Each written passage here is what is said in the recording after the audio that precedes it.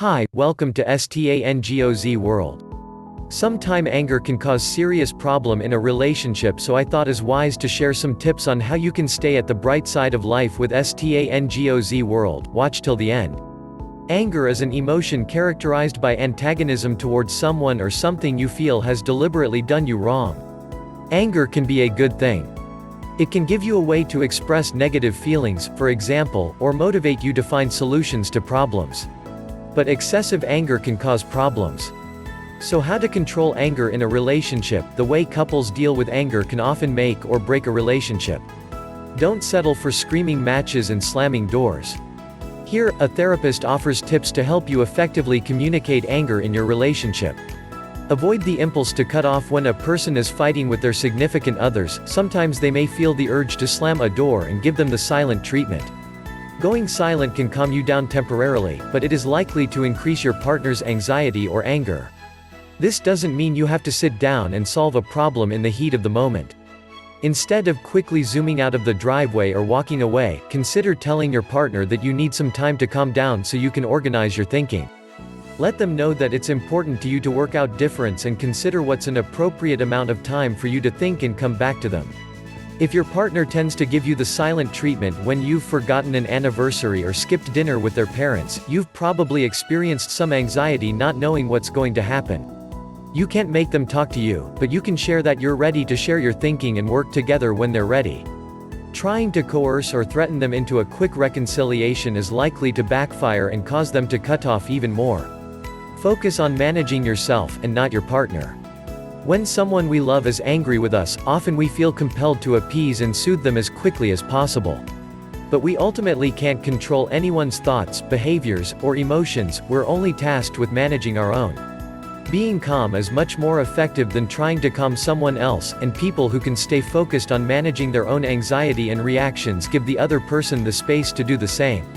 So instead of saying, "Please calm down," try taking a few deep breaths and slowing your own heart rate. Similarly, if you're angry with your partner and want them to change a behavior, your attempt at controlling them is likely to produce a negative reaction.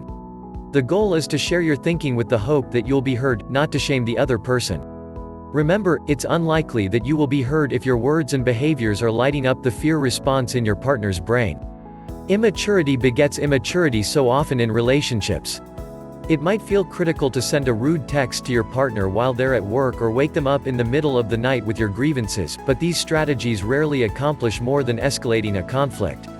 Be aware of triangles when you're furious or peeved at a partner. It can feel cathartic to complain to a friend, your child, or even your therapist. When we use a third person to manage our stress about another, this is often called an emotional triangle. Wanting to vent is completely human and it is not wrong. But sometimes this triangling keeps us from working out the problem in the original relationship, and it can leave your partner feeling isolated or even make them more defensive. So the next time you're upset with your spouse, and you're tempted to pick up the phone, ask yourself, am I asking for help or just looking for someone to agree with me? If it's the latter, maybe try calming yourself down before asking for someone else to do so. And while there's nothing wrong with sharing relationship conflict with your therapist, be aware that it's their job to be neutral and help you do your best, thinking not to agree with you that your partner is the villain of the story. Look past the issues as individuals. There are certain topics which are likely to ignite an angry reaction or an anxious reaction that can lead to conflict. Often these are topics like money, politics, religion, sex, parenting, or family drama. It's easy to assume that having different opinions can produce anger and conflict, but more often it's our immature reactions to these topics rather than our actual opinions. So rather than getting hung up on resolving conflict as quickly as possible, shift your focus back to responding as maturely as you possibly can. This doesn't mean you need to put up with abuse or volatility from a partner, or even then you have to stay in a relationship. Maturity simply looks like being willing to not let your emotions totally run the show. It looks like asking, what is the best version of myself doing in this situation? And you're unlikely to see your best self slamming doors or screaming at people you love. If you feel overwhelmed by the amount of anger in your romantic relationship, remind yourself that you are 50% of the equation. If you're calmer and more mature, then your relationship will be calmer and more mature.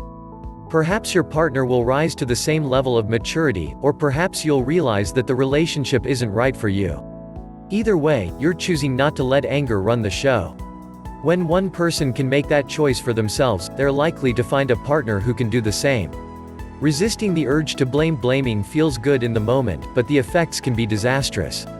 Even if you feel angry at your partner, it doesn't mean that your words should be harsh or critical. In fact, in order to get your message across, it's vital to avoid the four horsemen. Here, old adages such as, "you catch more flies with honey," are spot on. While expressing anger or blame can get your point across, it will also erode your intimate bond. If you attack with criticism, your partner will likely become defensive and blame you right back. They may also get flooded and be unable to focus on the discussion, cause it to escalate. Conversations like this eventually create emotional distance because the more critical and contemptuous you are, the more you will chip away at your friendship. Choosing your words and emotions with care is not easy. It takes practice, but once you start using this approach, it can repair and actually strengthen your bond over time. So the next time you get angry, stop and think about why you're angry. Is it because you're embarrassed? Worried? Disappointed? Tell your partner what you feel and what you need. Learning to recognize when anger isn't really what you're feeling and how to handle that anger in your relationship is a skill used by. If you have learned something new today, why not like and share this useful information to your friend and subscribe to our YouTube channel. Stay at the bright side of life with STANGOZ World. See you soon.